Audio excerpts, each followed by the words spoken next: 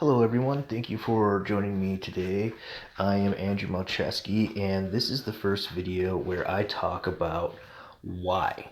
Why do I draw? Why am I making these videos? So why am I making these videos? There's lots of reasons. One of them is that I recently got a phone that it lets me record audio and video and actually share it with people. Before about 2 months ago, I didn't have the technology to be able to do that. So I'm also making these videos as a form of self-motivation. I know for myself personally, having an external source that pushes me will help me to draw and sketch more. When I was in school and when I was younger, I would draw every day for a couple hours a day. I carry a sketchbook with me everywhere. And since I graduated, that practice has kind of fallen by the wayside. And by having a video to make, it really helps me focus on doing that more and picking that back up, making the time for that exercise so that I can become better at drawing, better as an artist in general. So I'm also making these videos about doodling and sketching and drawing because it is the beginning of my art practice. It's where all my ideas start and where I go to figure out things before I execute them. I didn't want to make videos about the sculptures I'm working on because I'm halfway through the process or towards the end of the process, and I wanted to really start at the beginning. And drawing for me has always been the beginning of my practice. And so I decided that the first videos that I made would be with me sketching and doodling. Now, personally, when I talk about sketching and doodling and drawing, those are three very distinct and different processes. For me, a doodle is when I am doing something without any form of reference. It is from the top of my head. Usually if I don't have a concept or an idea and I just want to produce something or make something or start drawing, I will just start making marks on a paper and see where it takes me. I consider that doodling. Sketching is when I am studying a reference, either a photo or from life, and I am using that to practice techniques or to hone my hand-eye coordination and develop various skills, to try out various mediums together. Sketching is usually an experimental refinement process for me, and it's not something that I would ever consider a finished product or I would ever, frame or showcase outside of my sketchbook. Drawings are fully realized and finished works of art. Oftentimes it is doodles and sketches that lead up to the drawing itself. I don't do a lot of finished drawings. I tend to use drawing more as a way to communicate ideas or to figure out concepts before I execute them in another medium. Now, that doesn't mean that a doodle or a sketch cannot be a work of art, because they can. Look at any of the sketches of the old masters, and they are wonderful works of art. It's just how I tend to look at those different ways of doing things, those different practices. Which brings me to another reason why I'm making these videos. It's my belief that works of art aren't really activated, aren't really truly a work of art until they are shared and viewed by other people. Art is a communication. It is a way in which we share things with people, and if there isn't that sharing, if it's not being seen by other people, then it's never really a work of art. And so by making these videos, I'm able to share some of my sketches and doodles and get them out there. They no longer just live in my sketchbook and hide away. And I think that's an important part of the artistic process, is the sharing. So those are some of the reasons why I'm making videos. Right now they're just sketches and doodles. In the future I will be posting videos of my sculpture process, of me throwing, and some other projects I have in mind. So now I want to talk a little bit about why I draw the way I draw. So when I'm drawing from life or from a photo reference, I'm never trying to copy what I see. I'm trying to capture the essence of what I see, or I'm using that reference as a way to express a concept or an emotion, and the references there so that I can have a better understanding or an easier understanding of the way things are made up, so that I can depict them so that they're more recognizable, and therefore I can communicate those concepts easier.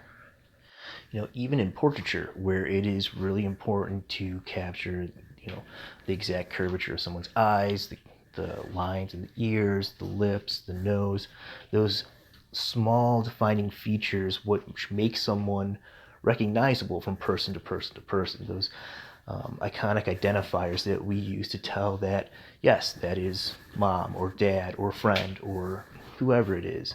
Even when it is important that I capture those specific things, in the actual execution of the portraiture, I also want to imbue in it a sense of the character of the person.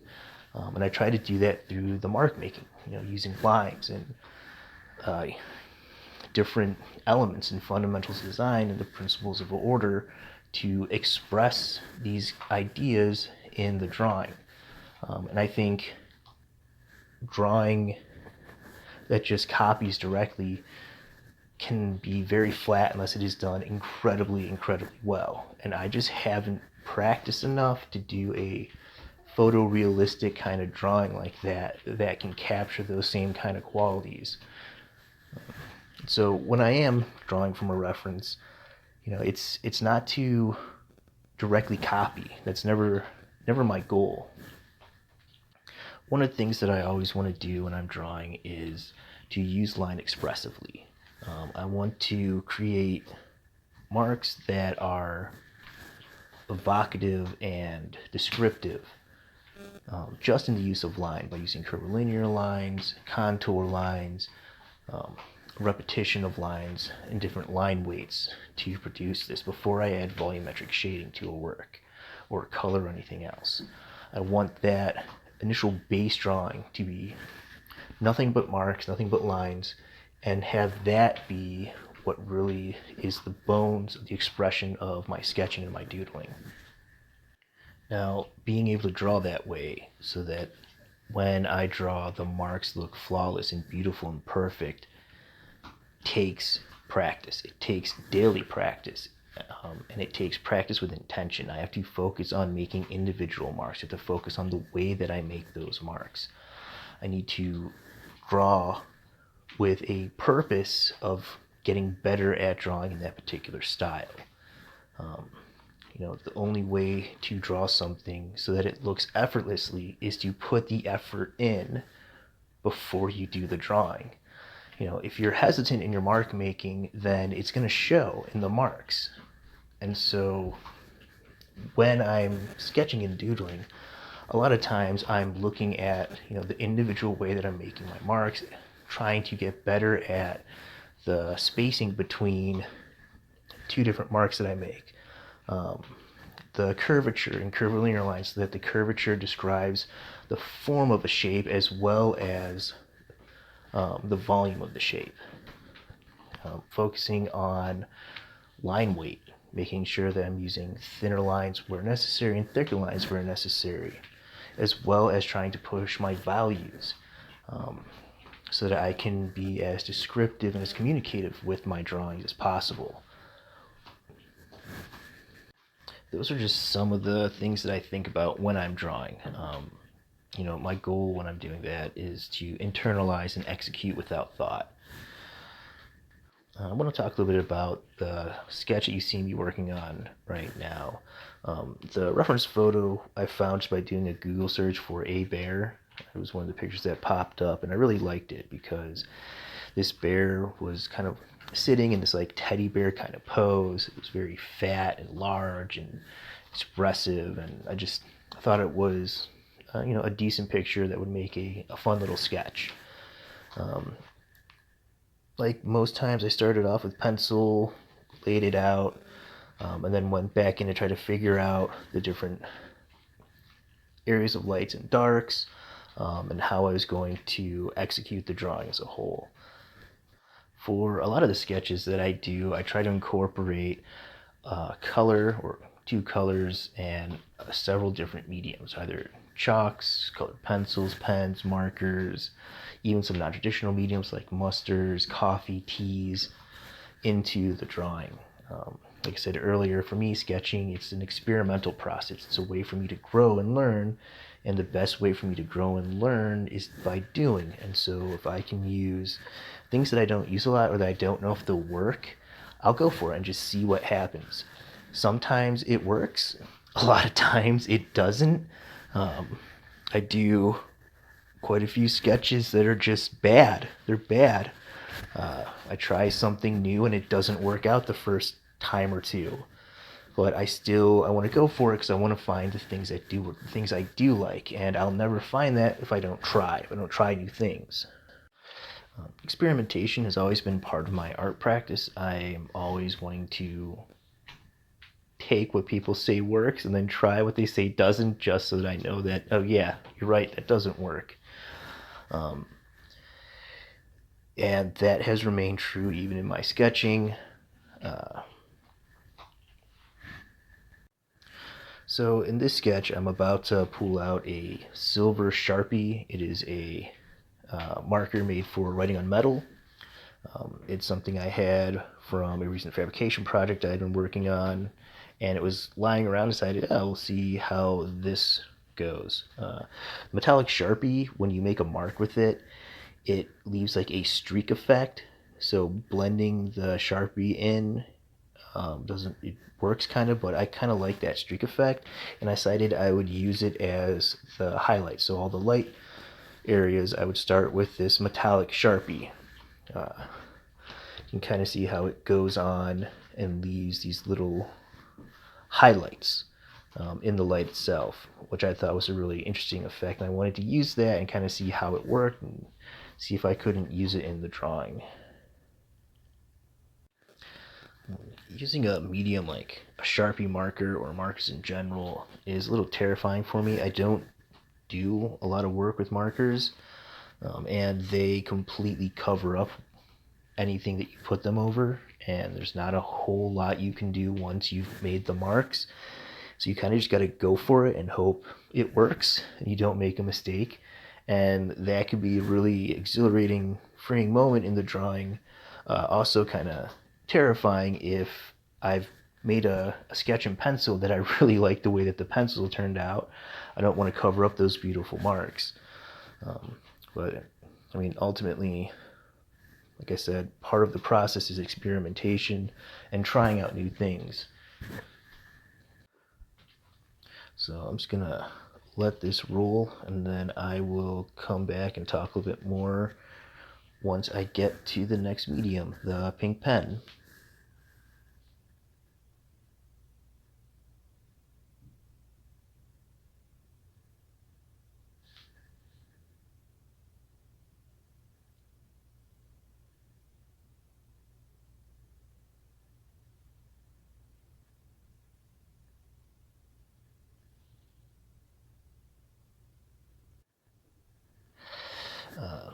I've been drawing with a pink pen lately. I really like using that bright, vibrant color for the key line, and then a cooler teal or blue color to contrast it for the shadows.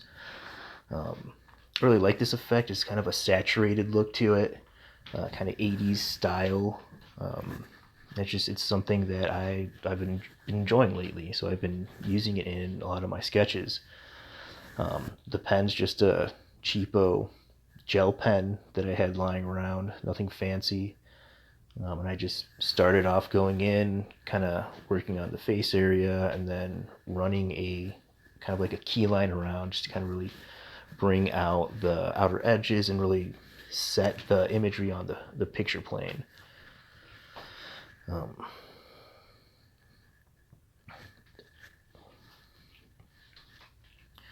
I don't mind working with pen. It's really helps get the contrast, push those lights and darks, and make things pop. It's obviously one of the biggest problems with just doing straight pencil is that it's gray tones on gray tones, especially when I'm drawing on a neutral tone paper like the gray paper that I'm drawing on here. The pencil lines, without being right up next to the paper, just completely disappear. But I like drawing on a neutral tone paper because it makes the whites, when you get highlights, really just everything kind of pops at that point. And I really like that effect. So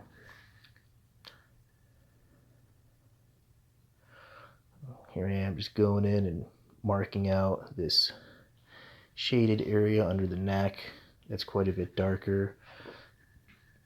Just really outlining, trying to make this picture of a bear have this sense of fur and fluff and weight. This is pretty standard if I'm going to work with pen. So nothing too exciting. So I'm going to let this roll until I get to the next medium, which is the pink chalk. And that was a bit of a more serious departure from my normal practice. I don't usually incorporate colored chalks into my drawings. I'll use a white chalk for highlights or to lighten some things up sometimes, but I usually don't go in with that kind of coloring or that kind of medium. And I did it on a whim. I was looking at it and I realized it needed something else, needed something more, and so I went looking for what I could add to it, and I came back with pink chalk. I was pretty happy with the way it went down. At first I started to just kind of like try to stipple in markings of different fur markings, and I eventually realized that the actual blunt edge, just kind of filling it in, that kind of mark was soft because of the medium, and it gave it this really unique appearance that I wanted to work with. And so I started to just go in and fill in all the the darker shadows with this pink chalk.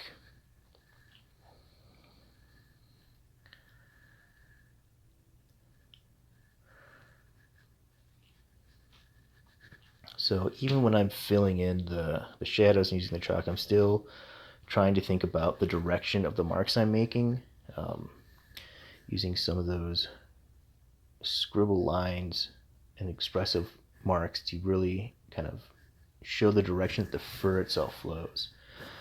And then I didn't have anything to set the chalk on the paper, and I didn't want to smudge it up, so I brushed off a lot of the loose particles of chalk. They kind of help blend the color and set it into the paper a little bit so I wouldn't be smearing all this dust around.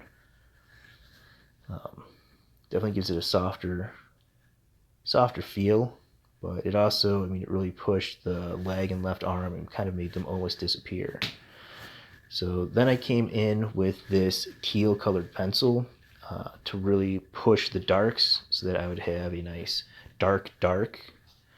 And then that pink chalk, even though I laid it down on the shaded areas, it still acts as kind of a mid-tone for the whole sketch. I really like the pink teal color combination. So I was very happy with the way that these two colors kind of work together. The teal is soft enough that it really lets the pink shine without being jarring,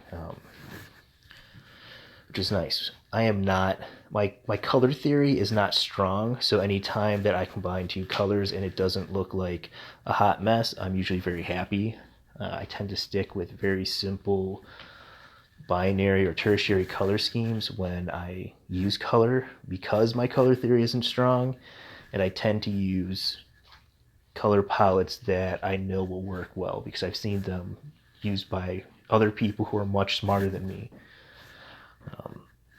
And so with this one, teal and pink, yeah, it's like Miami Vice 980s, like day glow. It was kind of where my head was when I was thinking about the two colors.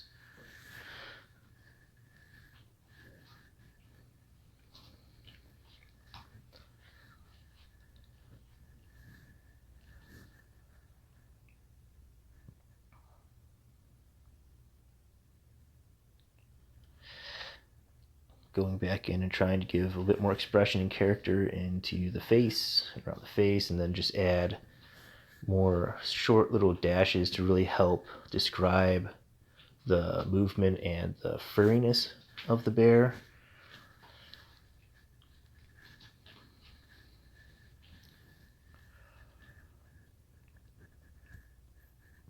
When I sketch and draw things like this, I do tend to layer. Even these short little 1 hour sketches, I want to go forwards and backwards, layer, do one color, then come back and do another on top of it, and then layer it again. I've been trying to be a little bit more critical in the way that I execute my drawing, so I don't do that as much, so that I lay down my colors and the things fit, so that I'm thinking about like this first, then that, so that I'm not producing marks and wasting my time making things that I end up just covering up. In the past, I've done that quite a few times with inks, where I do drawings, really like what I'm doing, and then I accidentally cover it up with a wash or erase something with a wash.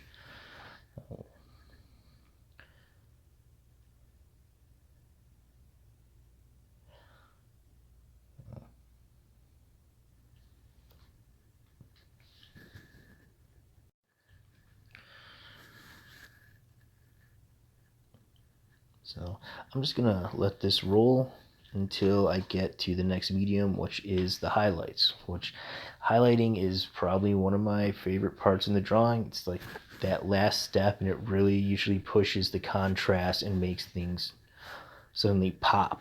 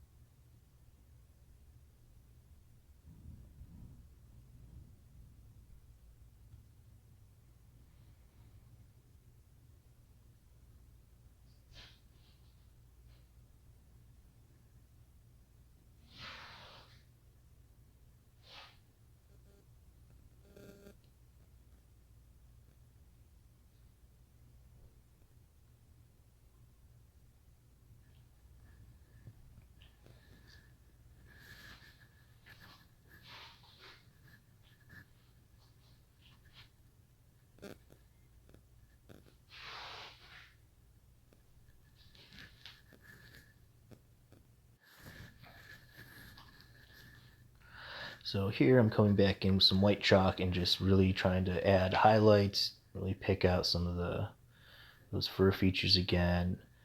Um, Layering these different mediums really does kind of push the various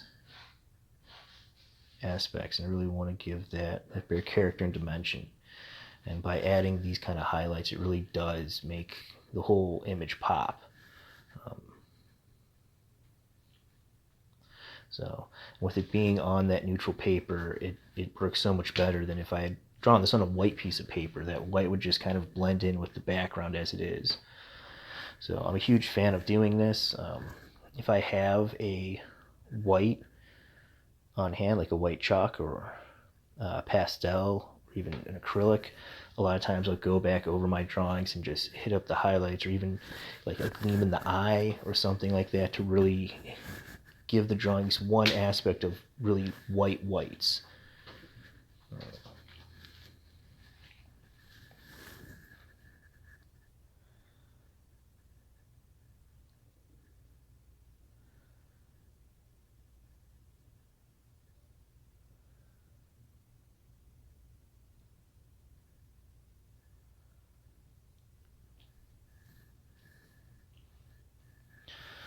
Drawing fur is such a kind of crazy thing to do, because you can't draw each individual strand. Same thing with hair, you don't draw strands. You conceive the pieces of the fur, the pieces of the hair, as a form, and then you draw that form, and then you imply strands or hairs in it.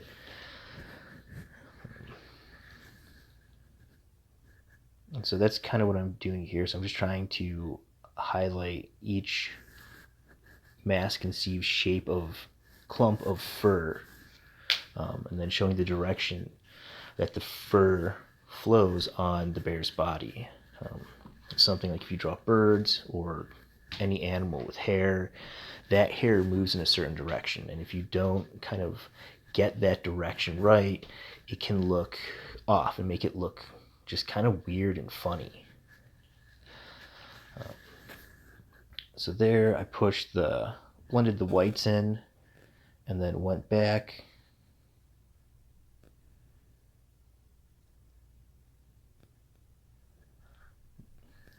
with nice softer whites because I wanted it to be a little bit softer and not as harsh.